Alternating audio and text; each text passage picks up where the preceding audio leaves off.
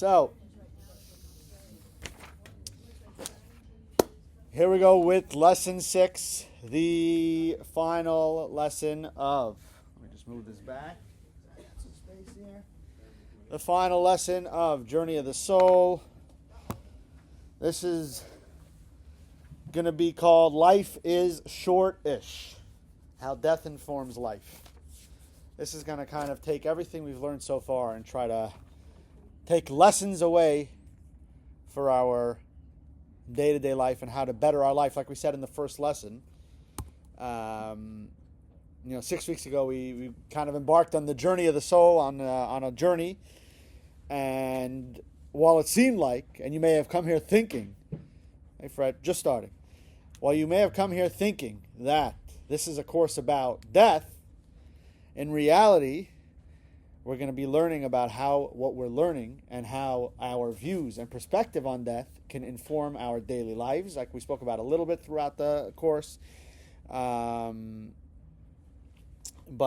the goal is that everything we're learning should redefine our view and our purpose in this world. And if you look on page 210 in the student books, there's a quick exercise that you've almost completed the journey into Judaism's approach to death, afterlife, reincarnation, etc. Take a moment to identify 3 ways that the perspective we gain can influence one's life and its daily realities. I'll give you a second to kind of think through that. And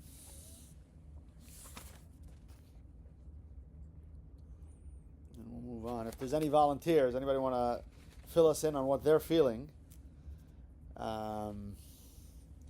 Just things that we've discussed or mentioned or anything we brought up. Michael, anything that you feel like can come to your daily life? Or can change? Complicated. Yeah. Everything about this. So we'll go through it, but we're going to try and bring that in today. So lesson 1, we spoke about...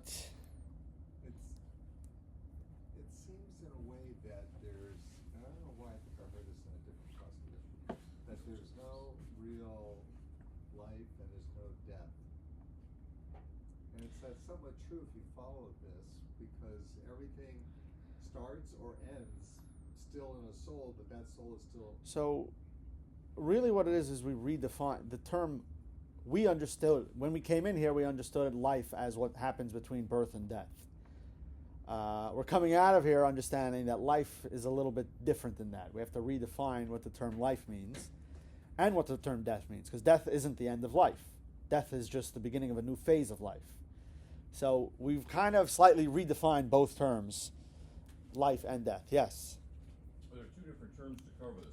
Existence is the soul. Life is your time on earth in a corporal environment. So, yeah, you can use any word, but the idea stays the same, is that life as we define it isn't true life.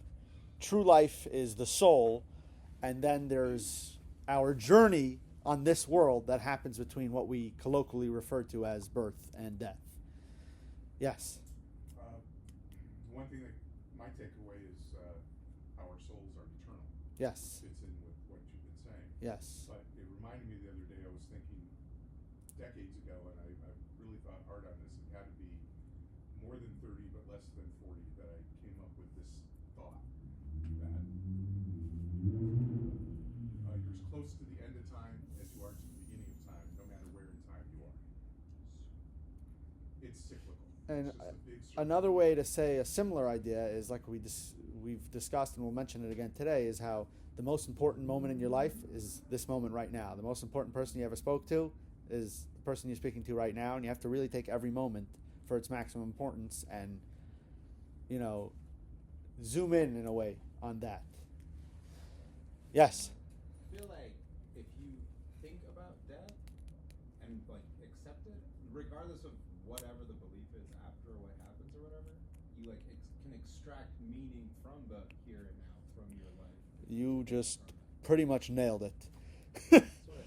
We're gonna get into that right now about how. Let's start talking about it right now. Hopefully, hopefully from what we've discussed in general, we've become there's a little bit less, heart palpitations when we say the word death. Generally, humans, the way we deal with death, like we spoke about, thanatophobia or terror management theory, if you remember from the beginning, is that we completely suppress it, and we basically are in denial. In a way, we kind of think we almost convince ourselves we're going to live forever. Sometimes it takes, really difficult moments to kind of to wake us up and realize we're not going to live forever.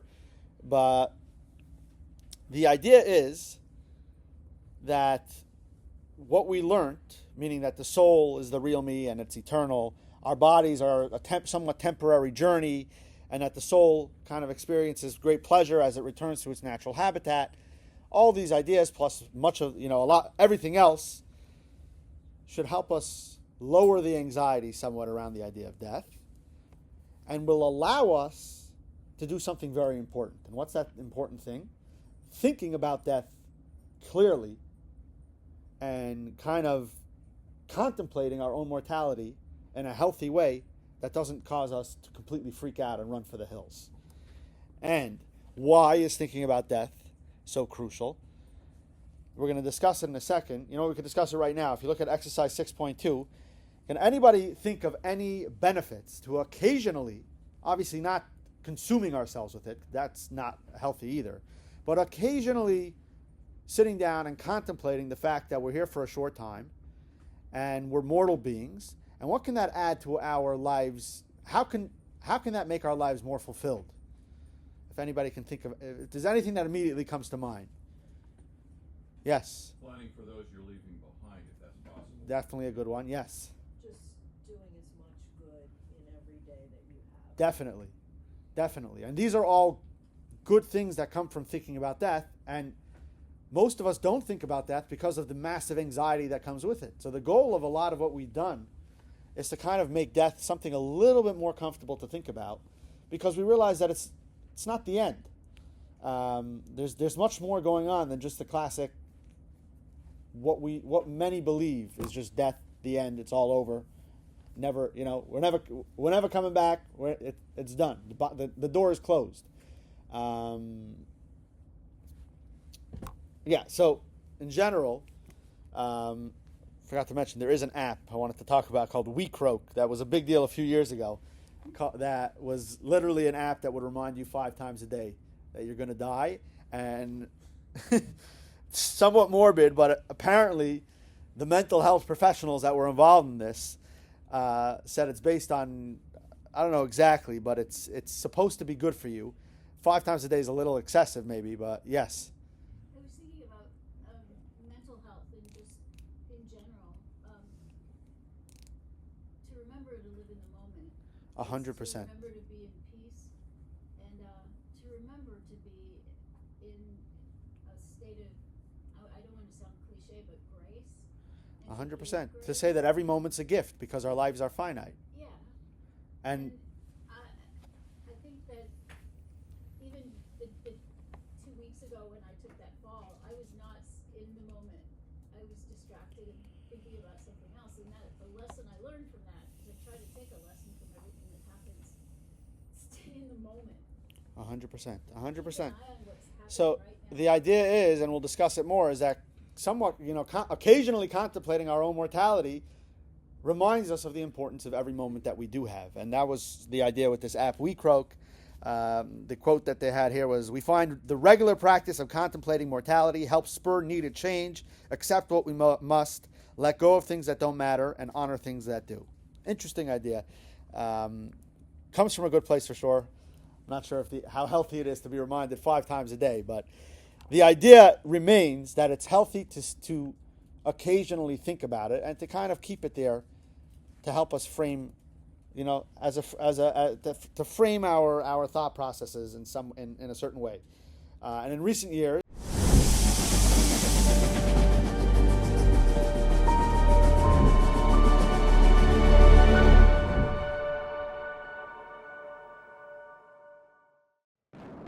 Dynamite from the ancient Greek term for power, is a potent material indeed.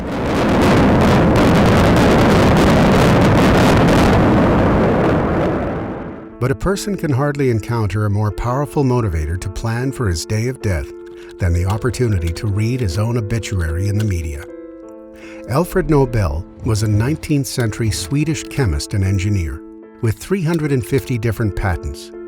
He owned 90 factories that manufactured armaments and was the inventor of dynamite. His brothers Ludwig and Robert Nobel were tycoons with oil fields along the Caspian Sea. Alfred invested in his brother's enterprise, and he grew ever wealthier. Then, in 1888, Ludwig Nobel died suddenly while on a visit to Cannes, France.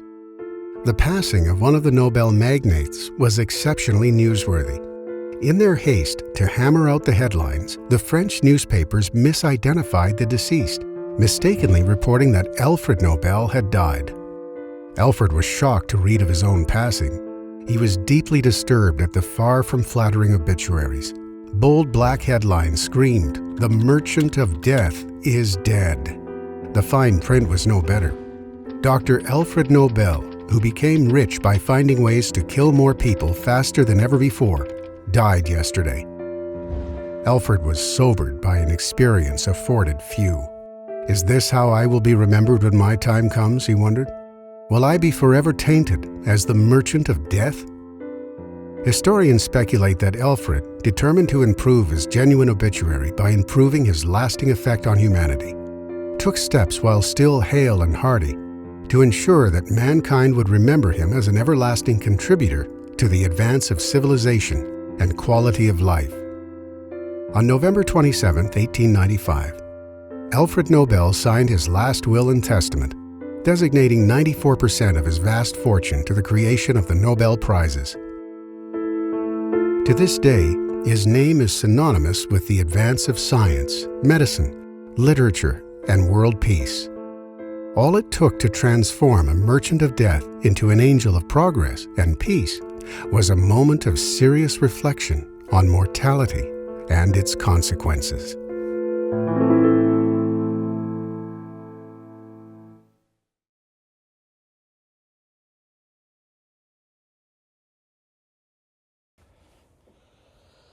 We're all aware of where we're headed. But, that fuzzy awareness is not necessarily enough. Once in a while we need an occasional reality check. We don't have to be consumed by it, but an occasional reality check that our existence runs deeper than material pleasure, material success. And it's an incredibly liberating thought. The YOLO, people, you only live once, or people having a bucket list. It's like a philosophy that tells us to take risks and defy convention. And it's really what it's saying is, because we all die, nothing really matters. So go for it. The Jewish view is exactly the opposite. The Jewish view is that because we all die, you should focus on things that really matter, things that are really eternal, things that are really important, that are not always found on the average bucket list. And to emphasize again, this is all contingent on our ability to do this to think about our own mortality without undue stress or dread. Which is something we've been working on the past few weeks. And we'll now have a video visualization and meditation.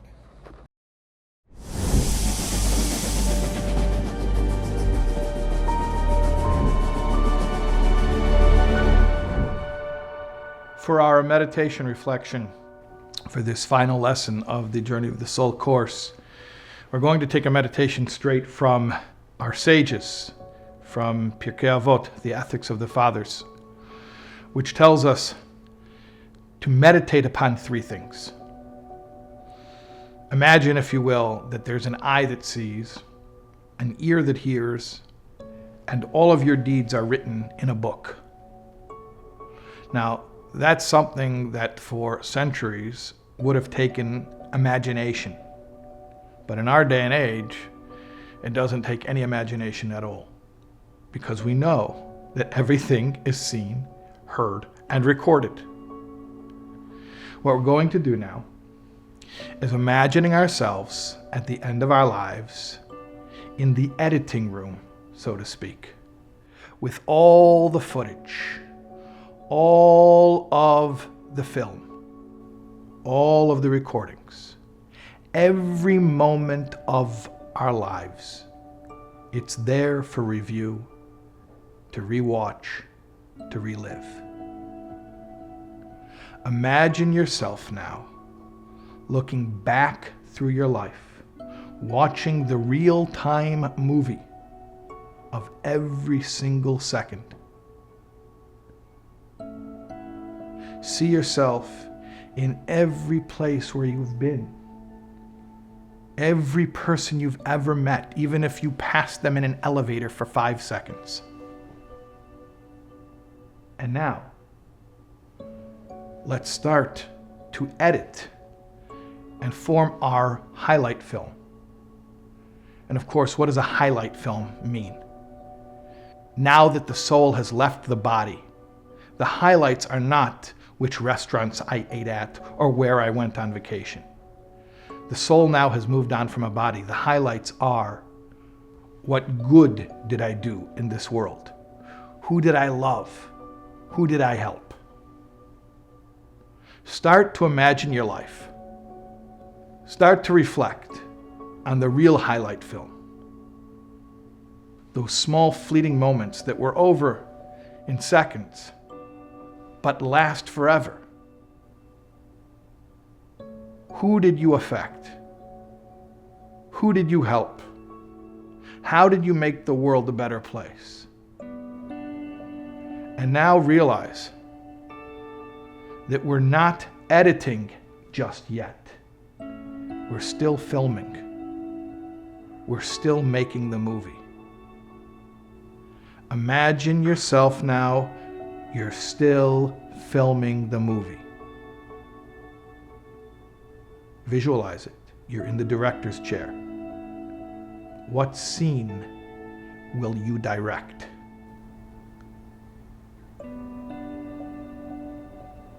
We'll take a moment to visualize and reflect.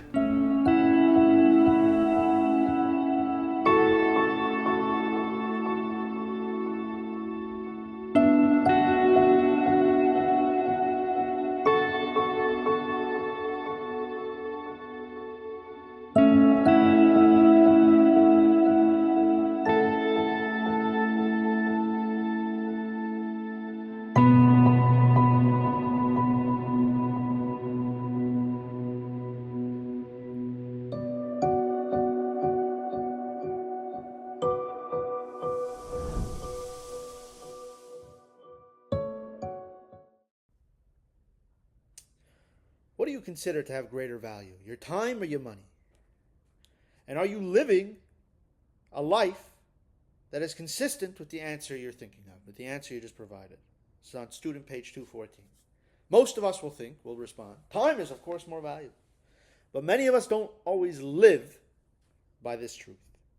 If you look in text 3, it's a cute Jewish saying on page 215. Folks fret over a lost dime and fail to fret over lost time. But money provides no reprieve, while time is impossible to retrieve. There are certain items that are fungible. They can easily be exchanged for another identical item. Money is fungible. A can of soup is fungible. But people are not fungible. You can't drop your kid off in daycare and take another kid home at the end of the day. Moments of time are not fungible. So why do we care more about money than about wasted time? Text 4, page 216. If not for our fear of the angel of death, what wrongs would we commit against our Father in heaven? Let us learn from the first 10 generations of humanity. God showered them with abundant paradise-like goodness, including centuries-long lifespans, yet they were on the brink of destroying the world. The first 10 generations after creation, people were blessed with abundance, remarkable longevity, but they didn't appreciate it because they had so much of it. Most importantly, for the purpose of our conversation and our discussion, they didn't value their days in this world. You ever wondered what it would be like to live 800 or 1,000 years? All in good health. Humanity actually self-destructed because of their longevity. Death actually frames the importance of life. And we need to fully seize and embrace every moment. When life is short, every day matters. There's a famous halachic question in the 16th century of a Jew who was thrown into a dungeon, and the nobleman granted him, after much pleading, 1 day a year where he could leave the dungeon. And the question was brought to the halachic authority, the Radvaz. Which day should he pick? Yom Kippur, Rosh Hashanah, Pesach, Purim, Hanukkah, Mother's Day. And the Radvaz answered that he should take the first available opportunity for him to leave prison every year to do a mitzvah, because you don't push it off. The most important day on the Jewish calendar is today, the opportunities that presently lie before us. Now, despite the fact that human lifespan was drastically reduced, we tend to avoid contemplating our mortality. Maybe because death is so scary, or whatever the reason may be. And because of that, we live often like we're always going to be here. Generally, we like to think that we're going to, and many of us behave like we're going to live forever. So let me ask you, why do many of us care more about money than about wasted time? Because of our illusion of immortality. Time is dispensable, we think. There will always be more of it. There's always another chance. There's always another year, another time, another day. This is why many of us will procrastinate and will think, hey, I won't do it today, I'll do it tomorrow. And tomorrow, I'll do it the day after tomorrow. I remember I used to go visit my grandmother. There was, in my aunt's bedroom, there was like a little sign hanging behind one of the beds that said, why push something off to tomorrow if you can push it off to the day after tomorrow? So we often like to kick the can down the road. We think time is dispensable. But what if there is no day after tomorrow? And what is something that if I didn't do, I'd regret? And when we're aware of our own deaths, it allows us, and when we acknowledge it as a natural part of life, and something that we don't have to be terrified and afraid to even think about or even approach, ignoring death is not healthy. It disconnects us from the fact that life is finite, and disconnects us from the importance of life and what life is truly about. And when we do think about death, it allows us to think about life more clearly and live lives more full. And it allows us to live in a way like every day is our last. Because we don't know. The fact is, we don't know when our end is gonna be, so to say. So we have to live like every day is important. And when we think about that for a second, it doesn't have to be a fascination that consumes our lives. But when we just think about it in the morning, I'm not here forever. Let's seize the day. Let's go out and get it.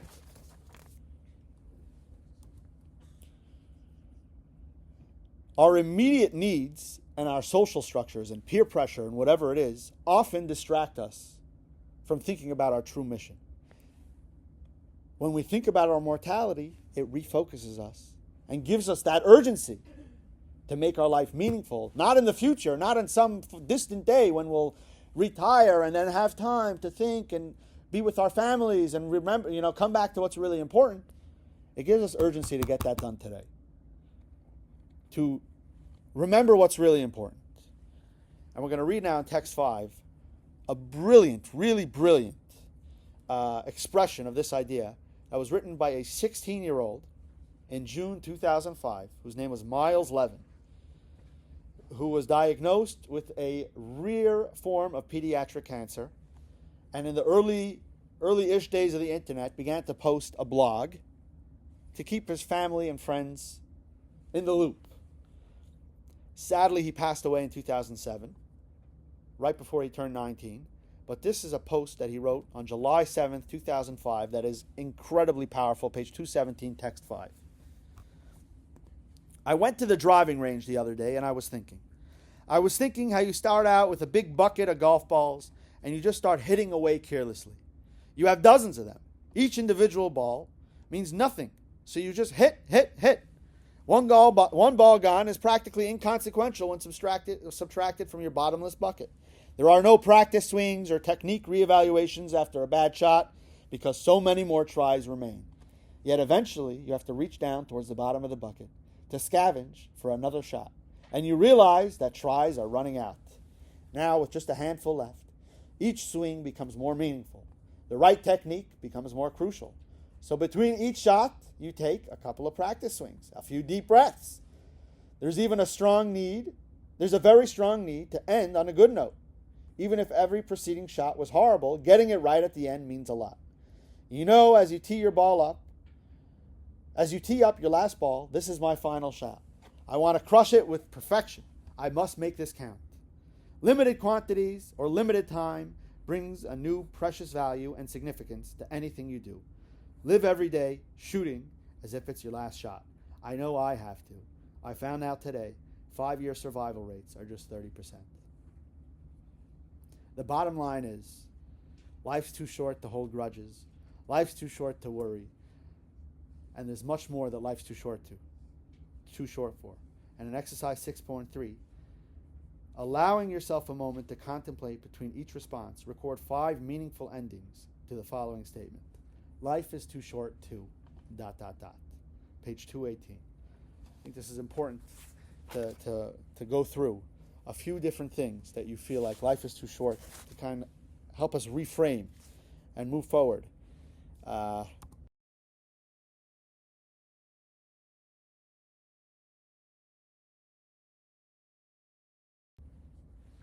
With our bullseye on what's really important. I was going to say, Yeah. in Yom Kippur about 20 years ago, Rabbi gave a sermon, and what he said is, almost the same thing with time, where if you look at it in terms of weekends, and you have 20 years left, times 52, you only have 1,020 weekends, so make it, and put it in that perspective where 1,020 weekends doesn't seem like a whole lot. No. So you gotta get started today. Don't wait till the weekend. Do what's really important. Do what really matters. Hang out with your family. Do what you wanted. Help the people you wanted to help. Talk to the people you wanted to talk to, and accomplish your mission in this world. We all have our own unique mission, like we've discussed, and we gotta change the world for the better. And we all have our own little corner that we were brought here to change for the better, and we have to keep helping people and keep doing goodness and kindness, because eventually we'll hit what we need to hit. There's a very powerful, famous parable that I remember hearing as a kid, but is incredibly, incredibly powerful, about a man, we'll call him Shmerel, who the Hebrew word is he was a lo yutzlach, meaning he just couldn't get it right. He started selling iPods when the iPhone came out. He started selling, desktop computers when the laptop came out. He was always just a second too late. And he started selling hats when hats went out of style. He just couldn't get it right. Finally, he hears about something called Diamond Island. It first sounds like, one of these emails you get about a Nigerian prince, but eventually he finds out that this is a true thing. It takes many, many weeks to get there by boat. There's no planes, no airport. He has to get on this boat, travel to Diamond Island, and on Diamond Island there is just diamonds everywhere. There's no sand, it's just diamonds. There's just diamonds, diamonds, diamonds. And you come there, he'll collect diamonds, and he'll come back, and he'll live happily ever after. So finally, he first verifies that this is all true, it's not a scam, gets on the boat, he says goodbye to his wife and kids, says, I'll be back in maybe a year, give me time to get there, collect it, come back. He gets to the island. He gets off the boat. Wow, the whole island is so shiny. He's filling his pockets with diamonds. He comes to a restaurant. He's finally hungry. He sits down. He orders prime rib, the most expensive bottle of wine. He sits there. He finishes eating. He pulls out the biggest diamond he has. He puts it on the table, and he says, including the tip, after all, I got so many diamonds. Take. The waiter looks at him like he lost his mind, and he says, what's going on? He says, take this diamond. I'm going to pay for lunch. He says, the currency on this island is not diamonds. Currency on this island is schmaltz. Chickens are rare. Schmaltz is rendered chicken fat. He said, chickens are rare. Rendered chicken fat. Schmaltz is even rarer. On this island, schmaltz is the currency. People literally hoard it. But I have no schmaltz, he says. So he says, you know what? He makes a deal with the manager. He's going to work for his lunch. So he spends the next few days in the kitchen, dishwashing, eventually cooking. Soon enough, he realizes he's got a knack for this. He's a good cook. Within the next 3 months, he's at his own restaurant. Within the year, he's opened a chain. He's got 10 restaurants on the island. He's collected so much schmaltz, he's got rooms filled with it. Finally, he decides he's ready to go home. He packs up his own private yacht. They fill it with chests of schmaltz, the most pure rendered chicken fat. And he gets on the boat. After a few days, it starts smelling pretty bad. On the island, they would keep it in underground where it's cool. Starts smelling, but he's happy. He's rich. It doesn't matter. He gets finally home. His family, his wife, they're all there. Shmerel's rich and happy. He doesn't care what's going on, how bad it smells. His family looks at him like, what's going on? Where's the diamonds? He says, diamonds? Yeah, you're still with diamonds. Let me get you on the new thing. Schmaltz. This is where it's at. Schmaltz is where it's at. They look at him like, what are you, crazy? Finally, after a day or two, he begins to realize, oh my God, what a mistake did I just make? I literally went to this island. I had all the diamonds in the world waiting for me to just put it in my pocket. And I got distracted by schmaltz. I got distracted and sidetracked with schmaltz. Finally, he searched frantically. He finds a few diamonds from that original pair of pants, that ripped pair of pants he came in. Finally, he had a few diamonds. But the fact is, the soul enters this world on a mission to collect diamonds. And sometimes it's difficult because it's hard to remember the diamonds when the whole world is busy with schmaltz. We got to remember what's really important. Sometimes it's not only hard to remember, it's hard to even identify the diamonds when everyone around us and everything around us is all about schmaltz. What was the word you used to describe that man? Shmerel. It's like a Shmerel is like a Yiddish name for like a yo-yo, like Shmerel. So we're all Shmerel. We all come here, and sometimes we get distracted by schmaltz. And when you look at the bigger picture, it's funny. What are you're busy with chicken fat? There's diamonds everywhere. There's diamonds everywhere. And when we get home to the real world, we're going to come with our suitcases filled with schmaltz, with big smiles on our faces, and everyone's going to look at us like we're crazy. And we're going to realize, oh my gosh, I am crazy. What did I just do? What did I just do? So this comes to illustrate that there's so much tremendous goodness, kindness, powerful things we can do in this world. Powerful diamonds we can collect. All the good deeds, the Torah, the mitzvos, being close to God, doing positive, spiritual, ethical things and moral things in this world. And sometimes we get distracted with meaningless schmaltz. Now, Sounds like a few business deals that got involved. yeah, exactly. Everybody arrived with schmaltz. Obviously, Just a little tiny bit, but something. the idea is to illustrate. Yeah, I know. Let's focus on what really matters. Now, of course, like we said before, when we're young, we think YOLO, we're going to live forever. As we get older, every day, as we get older, we're forced to confront our own mortality. Every time you go to the doctor, you're forced to confront the fact that, hey, we're getting up there in age. And maximizing every day becomes that much more important. Jewish literature and the Jewish view emphasizes how as we grow older, we still have tremendous, and not only do we still have, but we only then are given certain powers and talents and ability to do much more tremendous things. And this is the Jewish view kind of on retirement, that Jewish view is that we never retire, we just transition. And we should never fully retire. If we look at text 6, page 220, this is from the Talmud. It says, Rabbi Yeshua stated, those who were married in their younger decades should nevertheless remarry in their old age. Those who had children while they were young should continue to have children in their older years. Understand, this is when people live to 35. So, but the idea remains nonetheless. So it is stated, sow your seed in the morning and do not withhold your hand in the evening, for you do not know which will prosper, whether it's this one or that, whether they will be equally good. Rabbi Akiva stated, those who study Torah in their youth should continue to study in their old age. Those who had disciples in their younger years should continue to have disciples in their seniority. So it is stated, sow your seed in the morning, etc. The idea is Jewish literature all over. And the Torah states many times the idea is if something's good and worth doing, it's worth doing even when we're old. There's plenty of time to relax in the afterlife. This life is for accomplishing. This life is for achieving, for working. The definition of the word work might change, but the idea remains nonetheless. And ultimately, we're only really happy when we are accomplishing, achieving, which is fascinating that as people retire, they have much higher rates of decline of physical health and of mental health. As we see in text 7, page 221, this is from an article in the Telegraph that was put together by some researchers.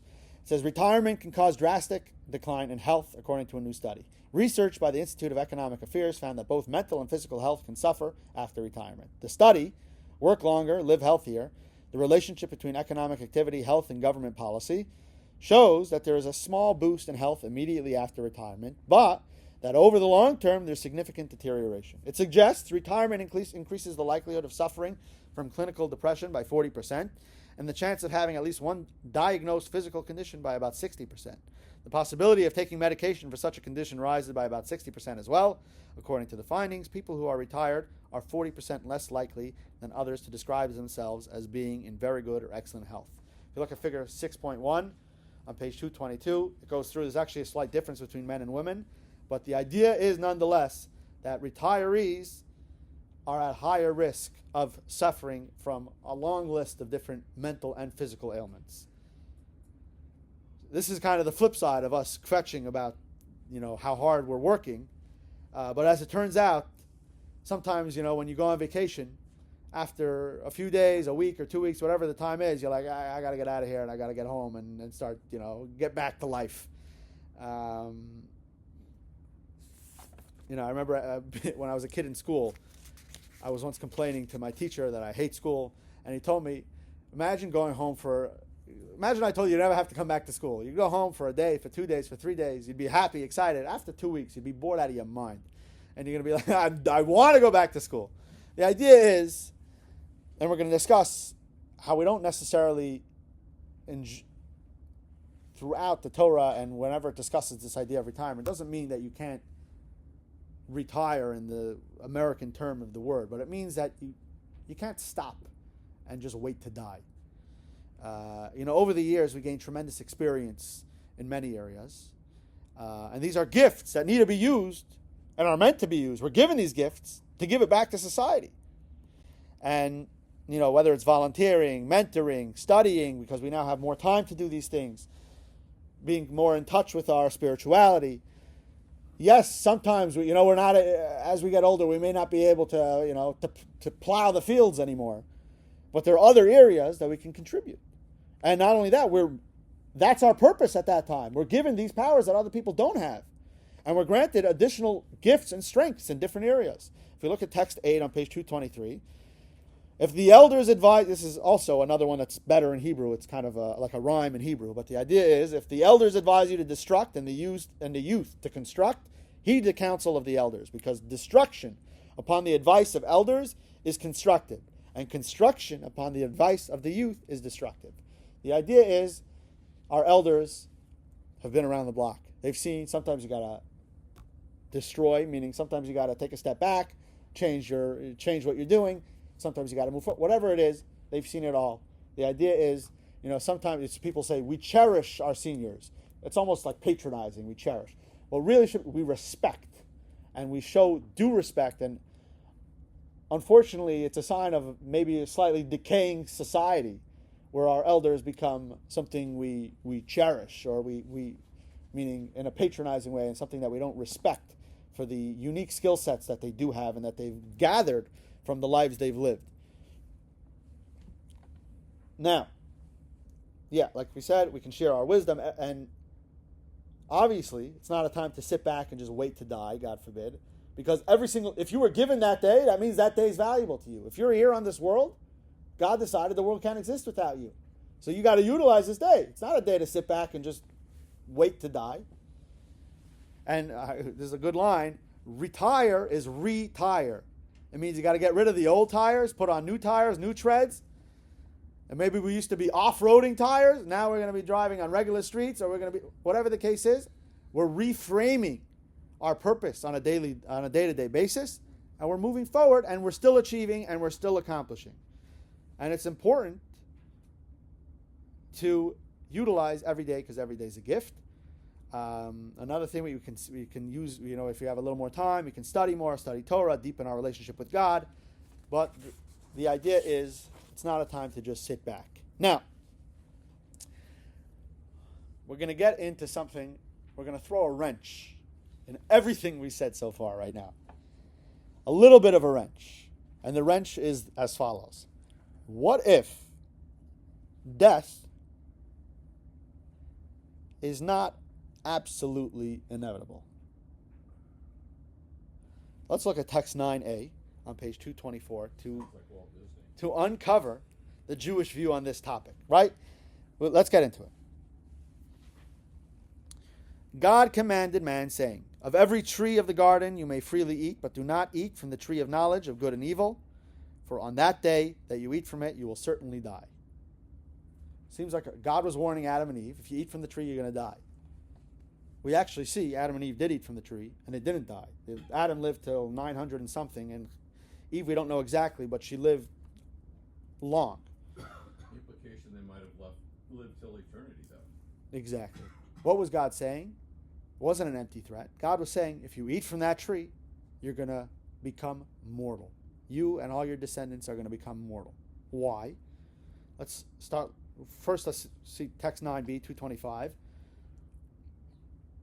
After he ate the fruit, Adam was told, by the sweat of your brow you shall eat bread until you return to the ground, for you were taken from it, for you are dust, and you shall return to dust.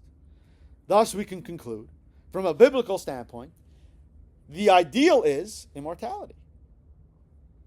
And the original state of human beings was being immortal. And death is kind of a glitch in the system that happened because of what Adam and Eve did. And it was kind of, Adam and Eve committed this sin, causing them to fall from their holy state and their state of perfection into a state of mortals. And now we're all mortal beings.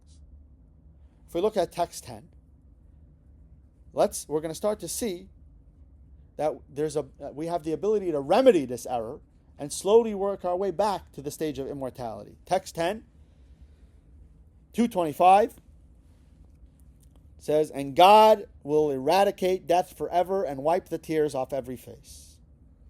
Let's pause for a second. This notion that we just said, that death is a result of sin and one day we'll be able to abolish it, is a bit of a turnabout on what we've been discussing this whole time. We've been talking about how death is not really the end and the soul continues, which are all beautiful and true things. And then all of a sudden we're saying, but the real best is not to die. So which one is it? Now, all good. Death, as it turns out, is negative. It is a temporary glitch in the system. And the basics of that is the fact that we spoke about how this world is where it's at. And at the end of the day, this world does matter more than the heavenly worlds and all that. But let's try and get let's try first to understand the transformation from immortal to mortal and how that happened and how we're able to transfer it back. So, when Adam and Eve ate from the tree of knowledge, how did biting an apple or whatever fruit it was, I believe it was actually a grape, how did that, actually I'm not sure about that, but how did that change from immortal to mortal? That's a radical change. How does it change with one bite? It's like this. Before they committed this sin, the body was just a direct extension of the soul. As such, the body was selfless on its own, had no ego. The body had no desire to do anything other than God's will. There was no conflict of interest between the body and the soul. There was no different agenda of the body and the soul. The body was selfless. you can see on the slideshow, his only desire was to do the will of God. The body had no ego, and thus there was no conflict of interest between body and soul. After they ate this, suddenly there was a perception of an independent, godless body, a godless self. All of a sudden there became ego. There became a separate entity from the soul. The body suddenly became a source for selfish desire, separate from godliness. And the body became something that can potentially go against God's will. Now, how did that bring about death? Page 226, text 11. The condition of death that was introduced to the world through the sin of the tree of knowledge was a natural consequence of the very sin itself. To explain, life is associated exclusively with holiness. Unholiness, on the other hand, is death. As a result of the sin of the tree of knowledge, unholiness, spiritual death, mingled with the human identity, from which the condition of physical death is a natural eventual consequence. The definition of physical death is the separation of the mortal body from the immortal soul, separated. Spiritual death is when the body and the soul are separated because of misaligned values. Now, when spiritual death happens, because the body and the soul misaligning, ultimately causes a chain reaction to introduce the idea of death into the physical body as well. So before the tree of knowledge, the body and soul were a seamless unit, together, one direction, no separation. The body itself was completely holy, just like the soul. And because holiness and godliness is eternal, the body was eternal. With the sin, suddenly there became a separation. Suddenly there became that the body can do its own thing against the will of the soul almost. And at that point, the idea of death was introduced. It entered the human condition. The good news is that we will be able to we are able to rectify it. We're able to rectify spiritual death. We're able to realign our bodies and souls spiritually, which in turn will restart the chain reaction back the other way, that physical death can be a historic relic as well. How do you do that? As we explained, death is both physical and spiritual, is a separation of the body and the soul. One, the spiritual is values, and physical is physically the soul separates from the body. So to apply this idea more broadly, think of body as something's physical or superficial existence, and soul as its true purpose. If you think of food for a second, what's food's body? Its superficial existence is its taste, its smell, its appearance. What's its soul? Is its true purpose, its nutritional value, so to say. Often, we value food more for its body than for its soul, which is why sometimes we'll eat things that have zero nutritional value, but they taste good, and we like it. Exactly. This is an example of the separation between body and soul. Spiritual death. Before Adam and Eve ate from the tree, the purpose in every single entity, not just the body, but in everything, was abundantly clear. There was no separation between purpose, meaning soul, and physical being, meaning the body. But by disobeying God's instructions, and eating the tree from the fruit of knowledge, they committed that first disconnect, that first act of disconnect, creating just a small separation, which started the process of physical death, of spiritual death, which brought upon the process of spiritual death. Now, our job in this world is to realign those two things, to rectify the damage caused by that error, realign our body and souls to be fully in sync, and to view everything in this world, not just our bodies, but everything, all physical and everything, for its purpose that God intended for us to use it. When we ignore superficial physical layers and coverings of the true thing, or even a person. We're connecting to their soul, to their life. You know, when you look at the sunset through a window, we don't focus on the window. We focus on the sunset. We focus on the real thing. The same thing. When you look at a person, you should look through their. Don't judge a book by its cover. Look straight through it, right to their souls. That's what's important. The ultimate state of existence is to be transparent to your inner purpose, to your inner good, to your godliness within you, and everything. To look at things the same way. Unobscured by physicality, by superficiality, by its body. So how do we rectify spiritual death? Is when we value something not for its physical, external properties, but we value it for the ultimate purpose that it exists. You see on the screen.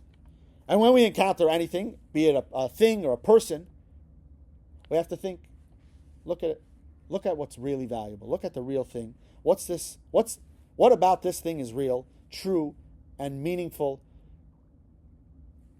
And begin to shun the externalities of life. And doing this will start to bring the soul back into the body until we ultimately have no separation. This will start to close that gap between life and death, when everything becomes so spiritual that it ultimately becomes holy and thus alive. And when we reach the point where we see God's purpose in everything. The merging of the body and the soul does not allow for the possibility of spiritual death and by extension physical death. And every time we realign ourselves with our own purpose, we're realigning our physical bodies with our spiritual souls and helping that process along. In other words, if we don't succeed in abolishing death, we haven't accomplished our purpose in this world. Because there's still obviously a misalignment between the physical and the spiritual. And our goal is to push them together, to bring them together, to bring godliness into this world, to awaken all the sparks of godliness that there are until we become one big flame of godliness, which will ultimately not even allow the idea of separation between physical and spiritual to exist. Because physical will just become spiritual. And then there's no such thing as death. And this is why, if you remember in Lesson 2, when we spoke about the resurrection of the dead, we mentioned that the Maimonides says it's one of the 13 principles of faith, fundamental truths of faith. If you look at text 12, page 227, the resurrection of the dead is the foundation of the Torah of Moses. One cannot maintain a connection to the Jewish religion and the Jewish nation without this belief. Why? Why is that the case? With all the information we have now, resurrection of the dead, at least on a theological level, as a principle of Jewish faith, makes perfect sense. Because that represents the actualizing of the purpose of this world, sinking physicality and spirituality. Notwithstanding everything we've taught so far in this course, the ultimate answer to death is not its justification, its better understanding of it, its explanations, the journey of the soul, everything we've discussed, but rather it's the complete abolishment of death. This idea is alluded to the text that we've spoken about in the past, that we mentioned at a Shiva house when we console people, that may God console you amongst the mourners of Zion and Jerusalem. If you look at text 13, this is another excerpt of a letter we've already mentioned once from the Rebbe, consoling Ariel Sharon about the loss of his son, I believe. A kernel of consolation is captured in the traditional hallowed statement of consolation that has been used to comfort mourners by tens of generations of our nation's communities that follow the Torah tradition. May the Omnipresent console you among the other mourners of Zion and Jerusalem. At first glance, the association of these two concepts is perplexing. The reality, meaning of Jerusalem's destruction and personal loss, is perplexing. The reality, however, is that we have perfect confidence that God will rebuild the ruins of Zion and Jerusalem. He will gather the dispersed remnants of Israel from the ends of the earth through our righteous Mashiach, and He will bring them in gladness to witness the joy of Zion and Jerusalem. We are equally confident that the same is true with regard to our personal bereavement.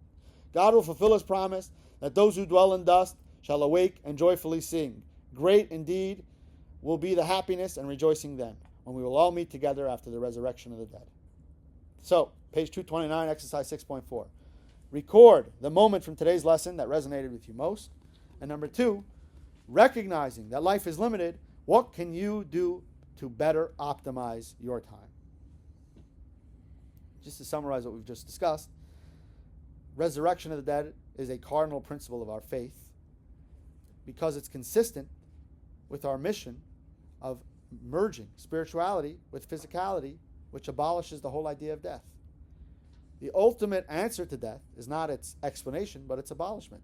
Because once physicality becomes spirituality, once we engulf all the sparks of spirituality that are throughout the world into one large flame of spirituality, there is no such thing as death in spirituality. Spirituality is immortal and eternal.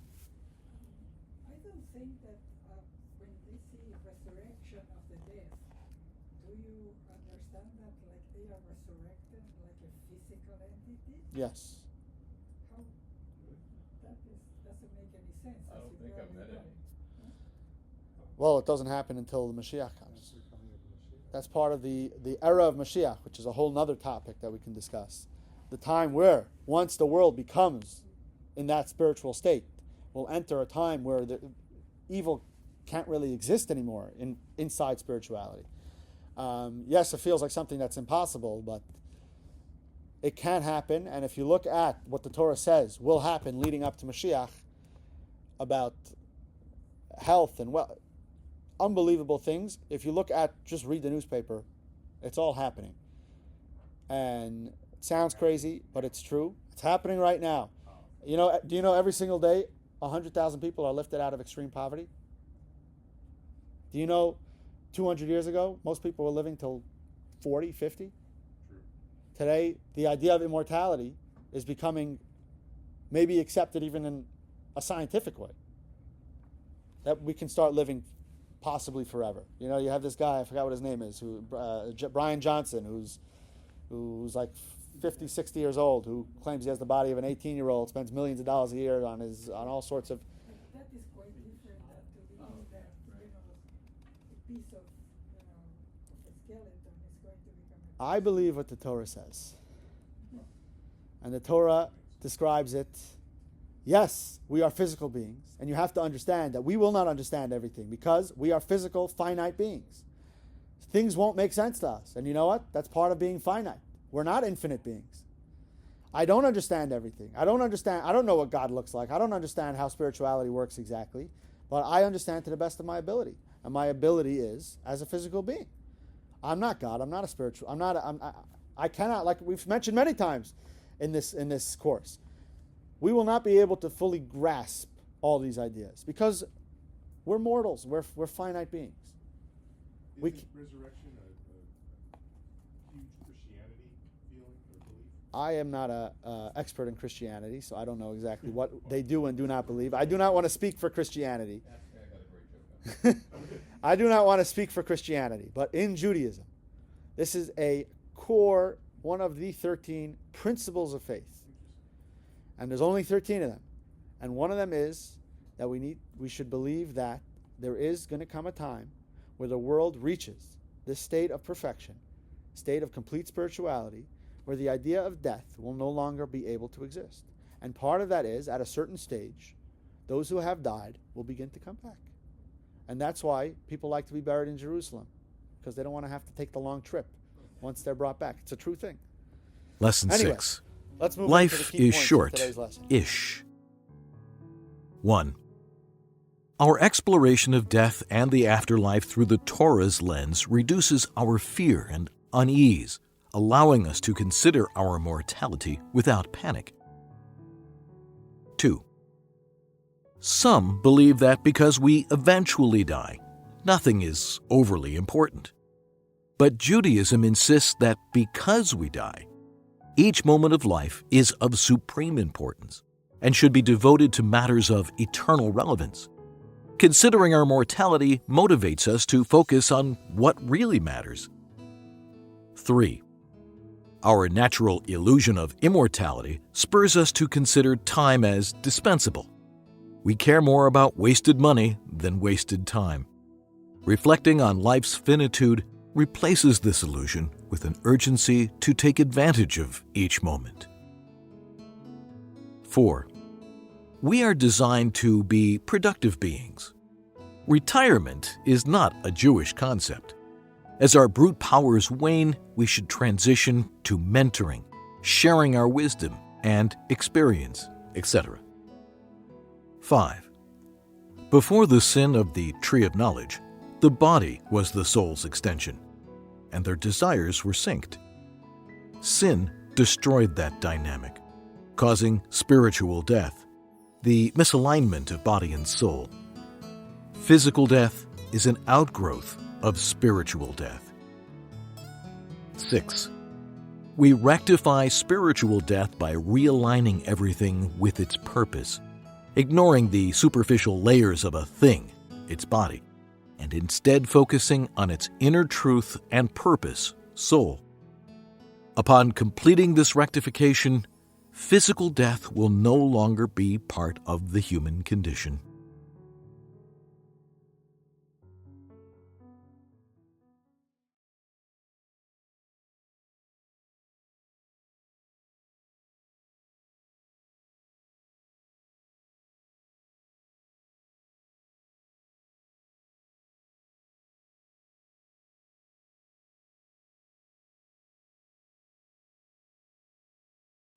Tens of thousands of books have been written about it. Harvard University's most popular course taught it. Scientists use brain scans to study it. Over 400 million people YouTubed it. Tens of thousands of books have been written about it. Harvard University's most popular course taught it. Scientists use brain scans to study it. Over 400 million people YouTubed it. The United Nations even designated a special day for it. And the American Declaration of Independence says it's your right to pursue it. Happiness. Many of us believe we will be happy when we are successful in our work, have meaningful relationships, and enjoy good health. But scientific research shows that happiness is actually a precursor to all of these. How then is happiness achieved? Judaism teaches that happiness is not a result of our external circumstances, but rather a product of the way we think. So, how does happiness think? The Rohr Jewish Learning Institute presents an empowering new 6-week course, How Happiness Thinks. Discover how to transform every situation to good. Explore